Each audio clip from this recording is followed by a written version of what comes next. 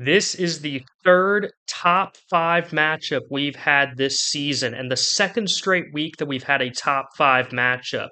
And both previous top five matchups were a one score game. I'm thinking we're going to see some of the same craziness in Austin this weekend. Hello, everybody. You're watching the College Sports Superfan, and wow, what a game we have here. Number five, Georgia at number one, Texas. Before the season started, a lot of people would have picked this game to be the SEC championship game, and it very well still could be. But if that's the case, then that would mean that Georgia would have to win this game because, of course, they have a loss to Alabama already. So a second conference loss is not going to eliminate Georgia from the playoff picture. I believe Georgia definitely could get into the college football playoff if they finish 10-2, because, of course, they still have a couple more opportunities later this season to get statement wins to end up in the top 12. But two conference losses, that's going to make it pretty difficult to get into the SEC championship game in Atlanta. So let's break this one down and see what happens. Let's start with Georgia. The Dogs have a somewhat difficult schedule coming up. They have a road game potentially at night against number 18 Ole Miss.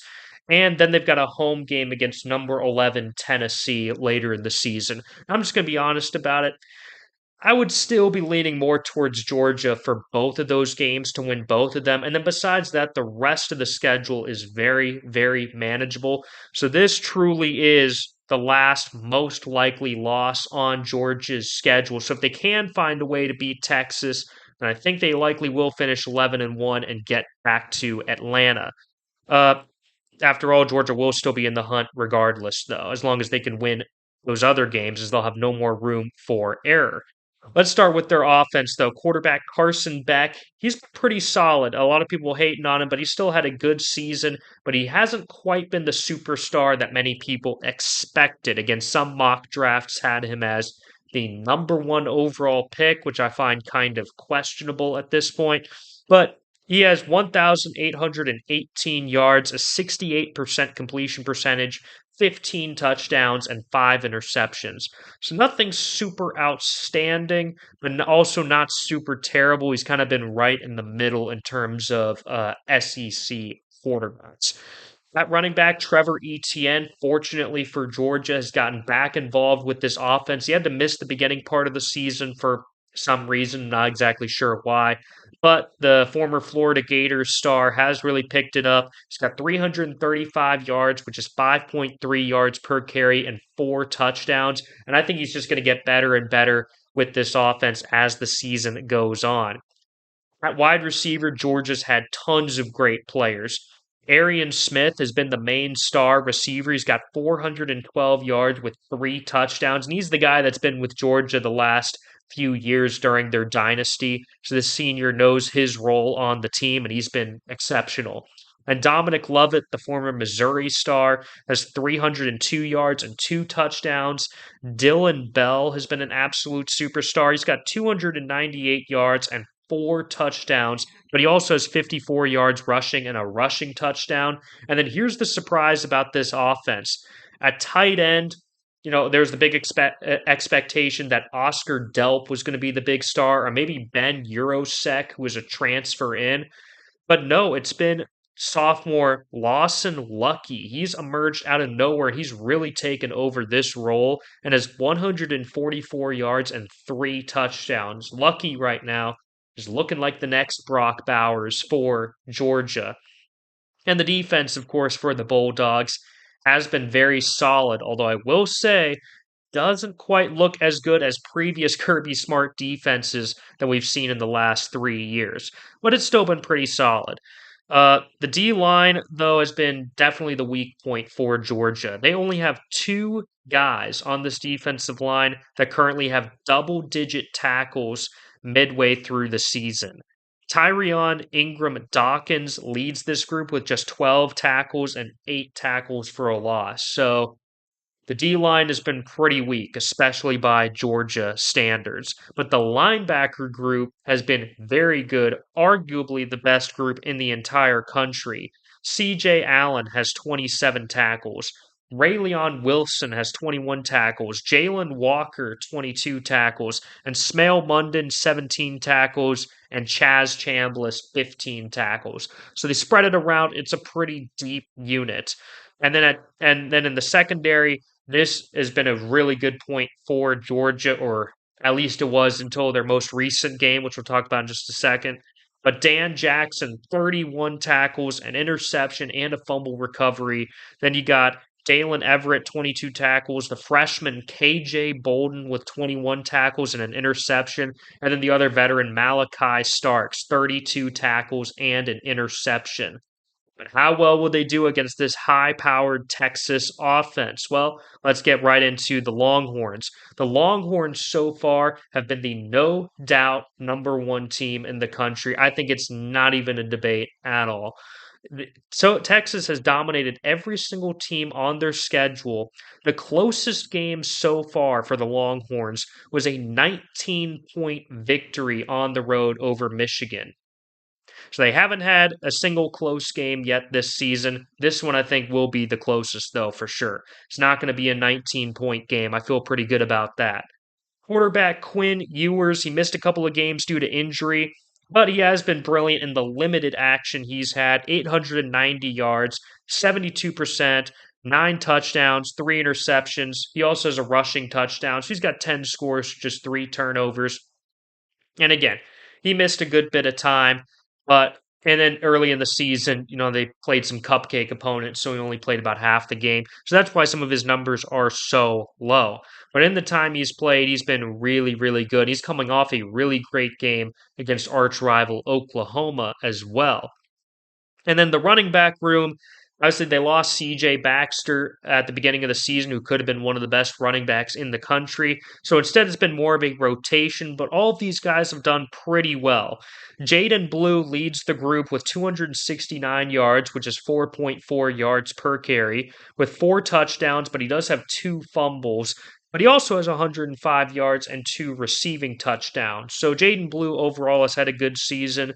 Freshman Jarek Gibson, who's an absolute speedster, has 227 yards, which is 4.7 yards per carry, with 3 touchdowns and a fumble. And then Quintrevion Wisner has 278 yards, which is 6.2 yards per carry and 2 touchdowns. And I feel like Wisner is starting to take over this running back room. Blue leads it for now, but Wisner, I think, as the season goes on, may end up becoming the no doubt running back one in this group. But their big stars are the receivers, and this is more of a pass-heavy Texas team. They are loaded at wide receiver. Isaiah Bond has 369 yards with 3 touchdowns and a rushing touchdown. Matthew Golden has 246 yards and 3 touchdowns. Freshman superstar Ryan Wingo has 296 yards and 2 touchdowns. DeAndre Moore has 151 yards and 3 touchdowns. And then Texas, just like Georgia, which we already talked about, Lawson Lucky for Georgia, Texas has a tight end that also kind of came out of nowhere and really blew up this season in Gunnar Helm, who has 311 yards and 2 touchdowns. So this receiving core is absolutely loaded, and they have one of the best quarterbacks in the entire country that's dishing them out in football. And on defense, Steve Sarkisian has really rebuilt this defense to one of the most elite units in the country, another big reason why they're the no doubt number one team. Vernon Broughton has 15 tackles and 2 fumble recoveries on the defensive line. Alfred Collins has 14 tackles. But then at linebacker, and I just said Georgia's got one of the best linebacker groups. Texas has the best, in my opinion. Texas has the edge still over Georgia at linebacker. Anthony Hill, who's just a sophomore, 40 tackles, 9 tackles for a loss, 4 sacks, and an interception. He's been a superstar. Freshman Colin Simmons has 23 tackles, 7.5 tackles for a loss, and 4 sacks. Leona LeFou has 18 tackles, 5 tackles for a loss, and 2 sacks. David Gabenda has 32 tackles and 4.5 tackles for a loss. That is 4 elite linebackers for this Texas team. Absolutely incredible. And a defensive back, they're really good there too. I think Georgia maybe has this slight edge there in the secondary, as Jalen Guilbeau has 29 tackles, Andrew Makuba has 20 tackles and an interception, Jade Barron has 22 tackles, 3 pass breakups, an interception, and a fumble recovery, and Michael Taff has 24 tackles and 2 pass breakups. And again, Texas is better at linebacker. Georgia, I think, is slightly, maybe just slightly better in the secondary in terms of talent and depth. And then a defensive line, Texas, maybe just slightly better than Georgia. And offensively, passing game, Texas is better. And running game, pretty even. Both teams have had their struggles there. So let's get into some history real quick before I say my prediction of who I think is going to win this star-studded top 5 matchup in Austin. Texas actually leads the all-time series over Georgia 4-1, so this will be the 6th all-time meeting between these two powerhouse teams. They first met in 1949 in the Orange Bowl, where Texas won 41-28 that game. They also met in the 1984 Cotton Bowl, where Georgia got their only win over Texas. They won 10-9 in that game. And then they last played in the 2019 Sugar Bowl. That was a really good game. I remember that one well. Texas won that game 28-21 in an upset back in 2019.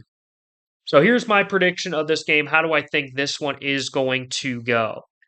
Texas is favored by 5 points. They are absolutely legit. And Georgia in general has struggled a lot more than I think most of us expected heading into this season. I think just about everybody had Georgia as their preseason national champion pick with all the talent that they had, with how they missed out on the playoff last year, with the revenge motivation heading in.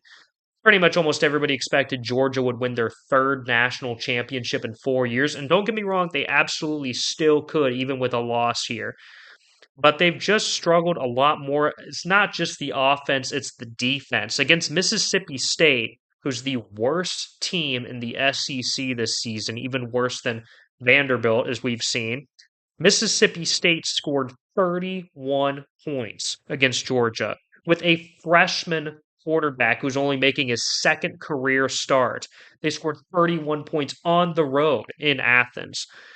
That right there doesn't give me a whole lot of confidence. The fact that a true freshman quarterback in his 2nd start could knife through this Georgia defense in their stadium.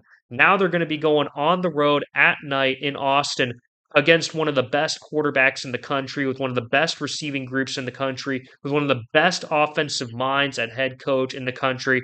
I think there's no way Texas loses this game. I think Texas actually wins by 7.